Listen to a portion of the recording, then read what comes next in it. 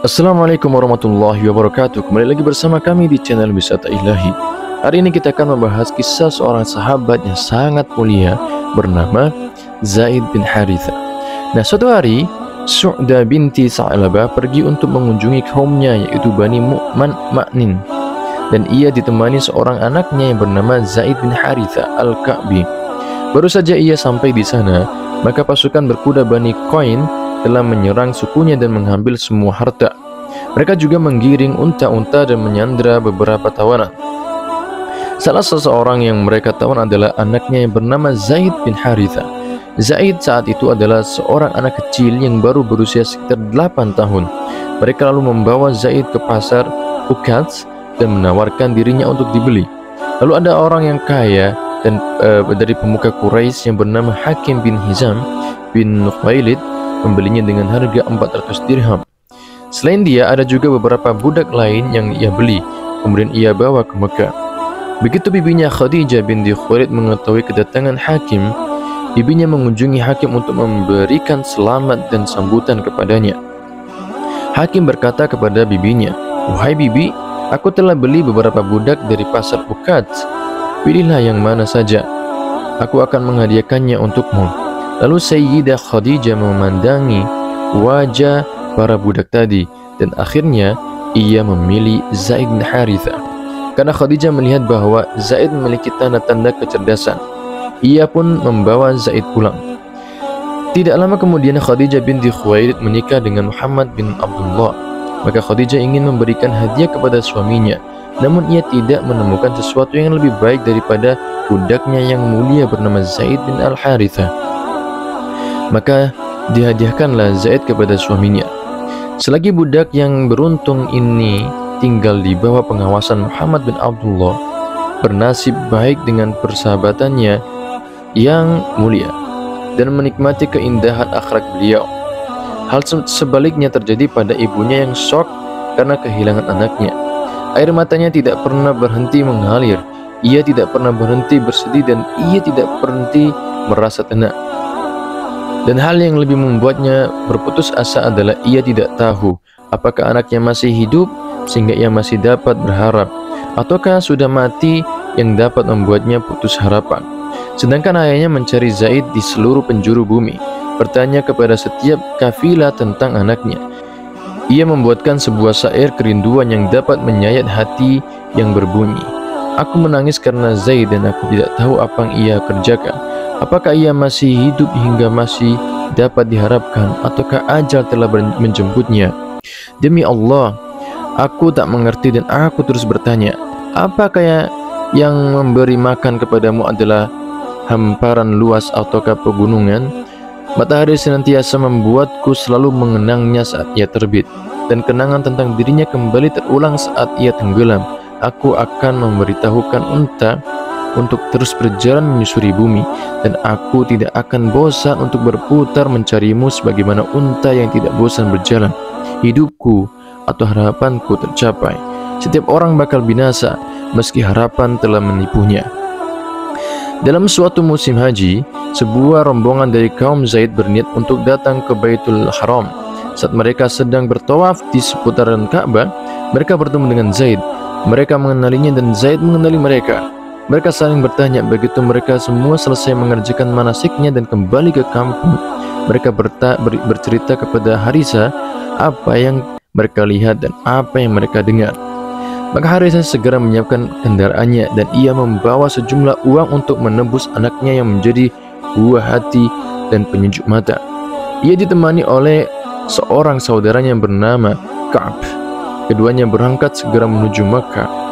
Begitu sampai di sana, keduanya menghadap Muhammad bin Abdullah dan berkata, "Wahai ibnu Abdul Muttalib, kalian adalah tetangga Allah yang suka membebaskan orang yang menderita, memberi makan orang yang kelaparan, dan membantu orang yang dalam kesulitan. Kami datang untuk membawa anak kami yang ada padamu, dan kami membawa sejumlah uang sebagai tebusannya. Berbaik hatilah kepada kami, dan serahkan ia kepada kami jika diizinkan." Muhammad lalu berkata, "Siapakah anak yang kalian maksud itu?" Mereka menjawab, "Budakmu yang bernama Zaid bin Haritha." Muhammad lalu berkata, apakah kalian memiliki hal yang lebih baik dari uang tersebut? Keduanya bertanya, apa itu? Muhammad menjawab, aku akan memanggilnya untuk berjumpa kalian. Suruhlah dia memilih untuk mengikutiku atau mengikuti kalian. Jika ia memilih untuk ikut dengan kalian, maka bawalah ia tanpa perlu membayar apa-apa. Jika ia memilih untuk mengikutiku, demi Allah, aku tidak mempengaruhi dia saat memilih. Keduanya berkata, engkau berlaku adil dengan demikian. Muhammad lalu memanggil Zaid dan bertanya kepadanya, siapa kedua orang ini? Zaid menjawab, ini adalah ayahku Harisa binti Surahail dan ini adalah pamanku Ka'ab.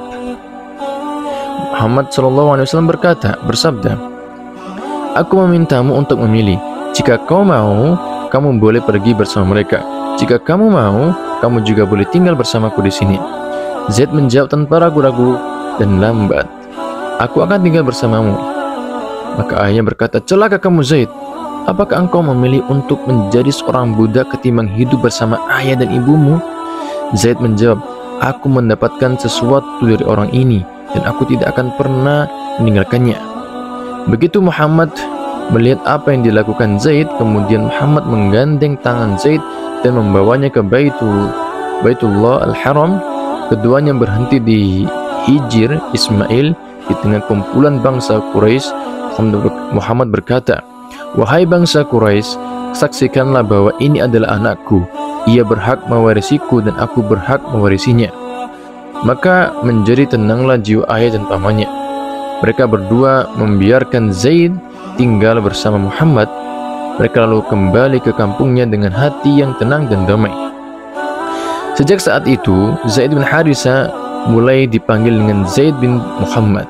Ia terus menggunakan nama itu hingga Muhammad diutus sebagai Rasulullah. Islam melarang adopsi, mengangkat anak saat turun firman Allah, ud'uhum li'abaihim. Panggillah mereka, anak-anak angkat itu, dengan memakai nama bapak-bapak mereka. Maka sejak saat itu ia dipanggil dengan nama Zaid bin Harisa. Zaid tidak mengetahui manfaat apa yang akan ia dapatkan saat ia memilih Muhammad daripada ibu dan bapaknya. Ia juga tidak tahu bahwa tuannya yang ia pilih mengalahkan keluarga dan kabilahnya akan menjadi pemimpin manusia dari awal hingga akhir. Juga akan kembali menjadi seorang utusan Allah kepada semua makhluknya. Ya, tidak pernah terbesit di hatinya bahwa kerajaan langit akan berdiri di muka bumi yang akan memenuhi timur hingga baratnya dengan kebaikan dan keadilan. Dan Nabi Muhammad akan menjadi batu pertama dalam pembangunan kerajaan yang besar ini. Hal ini tidak pernah terbesit di benak Zaid. Ini merupakan anugerah yang Allah berikan kepada siapa saja yang ia kehendaki. Allah adalah Zat yang memiliki anugerah yang amat besar. Hal itu karena tidak selang lama dari peristiwa pemilihan tadi, kecuali hanya beberapa tahun saja, sehingga Allah mengutus nabinya yang bernama Muhammad untuk membawa agama petunjuk dan kebenaran. Maka Zaid bin Haritha adalah manusia pertama yang beriman kepadanya dari kalangan pria.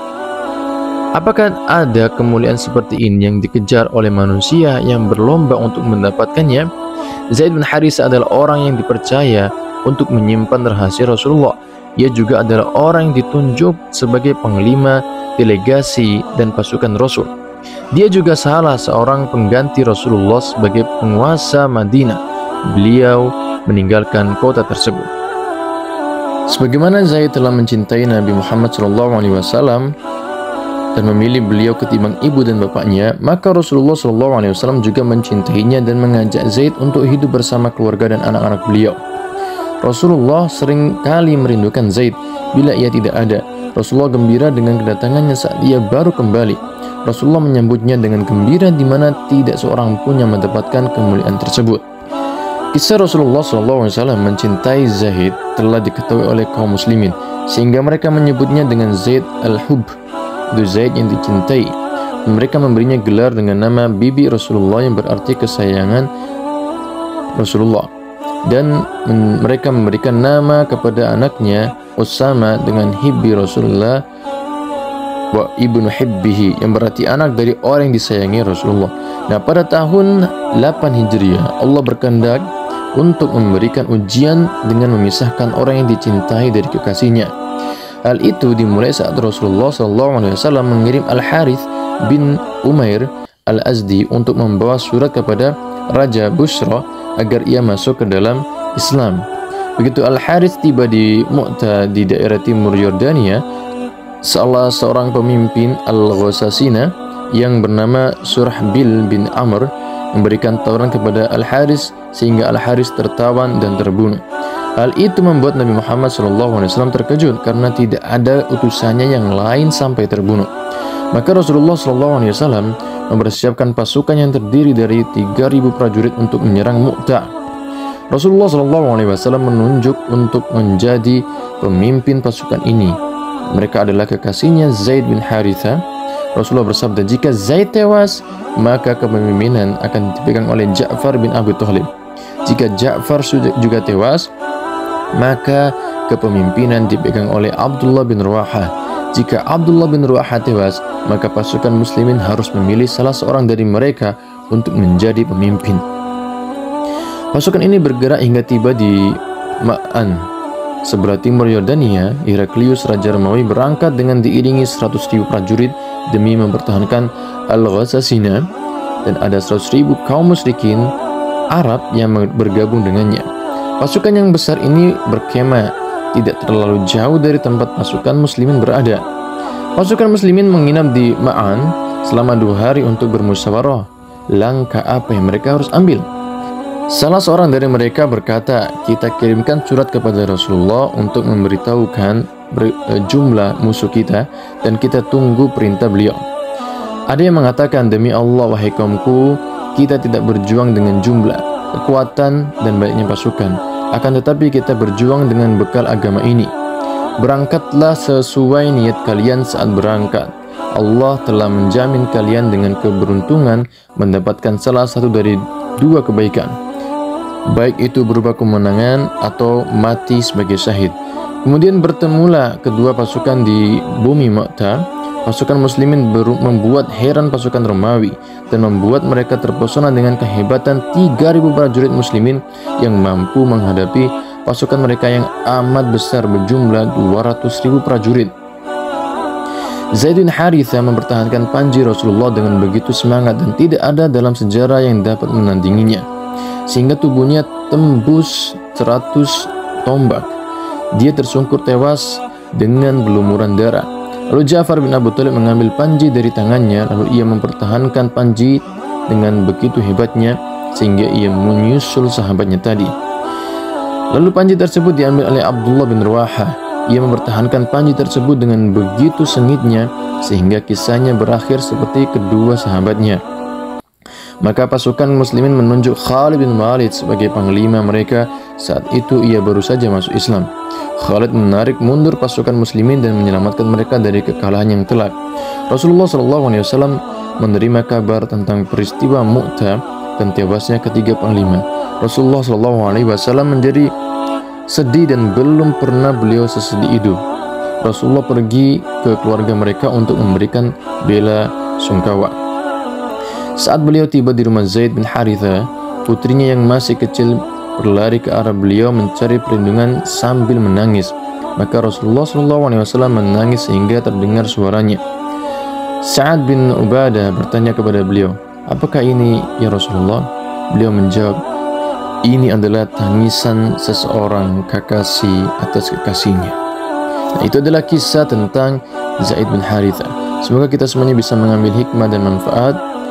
Sekian dari kami. Assalamualaikum warahmatullahi wabarakatuh.